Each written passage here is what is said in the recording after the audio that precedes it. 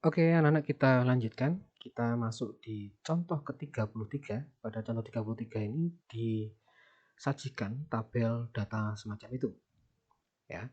Pertanyaannya adalah menentukan Q1, Q2, Q3, dan simpangan kuartil. Nah, untuk mencari simpangan kuartil, ya kita harus terlebih dahulu cari Q1, Q2, dan Q3.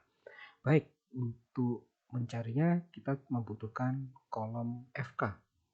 Ya, mari kita isi bersama-sama. Ini FK kurang dari ya, ini 2 tambah 8, 10, 10 tambah 12, 22, 22 tambah 7, 29, kemudian 29 tambah 3, 32. Nah, ini menunjukkan bahwa nilai N, ya nilai N total frekuensinya adalah 32. Kemudian lebar kelas dari 10 sampai 19, ya ini adalah 10. Ya, 10, 11, 12 sampai 19, Anda hitung semacam itu. Nah, baik, sekarang mari kita cari satu persatu mulai dari letak Q1. Nah, letak Q1. Nah, letak Q1 ada di mana? Nah, berarti karena Q1 berarti 1/4 kali N. N-nya 32. Nah, 32 kali 1/4 itu 8. Data ke-8. Sampai data kedua itu ada di kelas pertama, sampai data ke-10 ada di kelas kedua.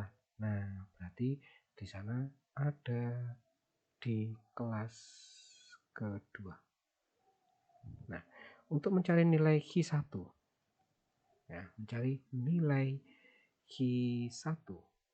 Nah, rumusnya adalah tepi bawah ditambah 1/4 kali N dikurangi FKI, ya, per frekuensi kali lebar kelas. Nah, tepi bawahnya apa? Pada kelas kedua. Pada kelas kedua, tepi bawahnya dari 20 mundur setengah, 19,5 ditambah 1/4-nya 32, 8 dikurangi frekuensi kumulatif sebelumnya adalah 2, 8 kurangi 2 per frekuensi pada kelas kedua yaitu 8 dikali 10. Ya, sehingga kita dapatkan 19,5 ditambah 3/4 0,75 itu 7,5 di sini. Nah, sehingga kalau saudara jumlahkan kita dapatkan 27 untuk nilai Q1. Selanjutnya kita cari letak Q2. Ya, letak Q2. 2/4 kali 32 ketemu 16. Ya, sehingga kelas ke berapa nilai 16 itu?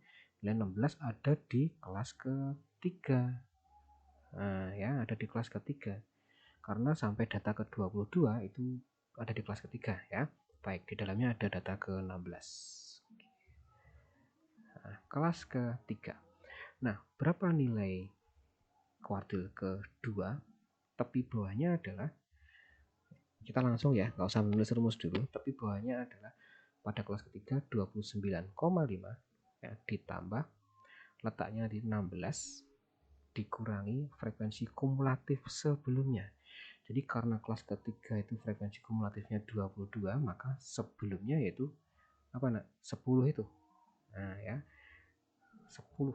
16 kurangi 10 per. Nah, frekuensinya adalah 12. Nah, frekuensi pada kelas ketiga dikali 10. Oke. 29,5 ditambah 16 kurangi 10, 6. 6 per 12 setengah kali 10, 5. Sehingga kita dapatkan 34,5. Itu nilai Q2. Nah, ya, 34,5. Terakhir kita cari letak Q3. Berarti 3/4 kali 32. Berapa nak? 32 bagi 4, 8 kali 3, 24. Nah, data ke-24 ada di kelas ke berapa? Data ke-24 ada di ini sampai 29 ada di sini ya. Dari kelas keempat. Baik, fokus ke kelas keempat. Kita cari nilai Hi3 pada kelas keempat. Tapi bawahnya adalah 39,5 ya, ditambah 24 ya, frekuensi 24 itu letaknya ya, kemudian dikurangi frekuensi kumulatif sebelumnya yaitu 22, kemudian dibagi dengan frekuensi pada kelas keempat yaitu 7 dikali lebar kelasnya adalah 10 ya. Nah, mari kita cari 39,5 ditambah 2/7 kali 10. Nah, kita coba bantuan kalkulator. 39,5 ditambah 2 kali 10 dibagi 7, 42,36. 42,36 ya, itu semoga tidak salah hitung ya. Ada pertanyaan sampai di sini bisa japri ke Pak Gali. Kita sudah punya 3 nilai ya, yaitu Hi1, Hi2 dan Hi3. Jadi 27 itu Hi1, 34,5 itu Hi2, kemudian 42,36 itu Hi3. Oke, lengkap ya. Oke, kita tulis ini. Hi1, Hi2, Hi3. 42,36, kemudian Hi2-nya 34,5 ya, kemudian Hi1-nya 27. Nah, simpangan kuartil. Nah, simpangan kuartil simbolnya adalah Hi-D. Masih ingat rumusnya? Oke, kalau nggak ingat ya kita naik ke atas simpangan kuartil. Setengah kali Hi3 kurangi Hi1. Nah, setengah kali Hi3 kurangi Hi1 ya kan, jadi sama dengan setengah Hi3-nya 42,36 dikurangi Hi1-nya 27. Nah, kita boleh kalkulator ya.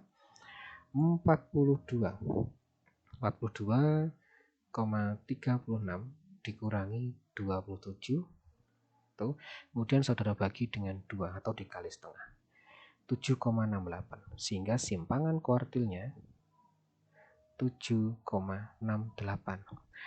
Oke, itu penjelasan dari saya terkait dengan contoh 33 ya. Untuk contoh 34 setelah yang satu ini. Terima kasih.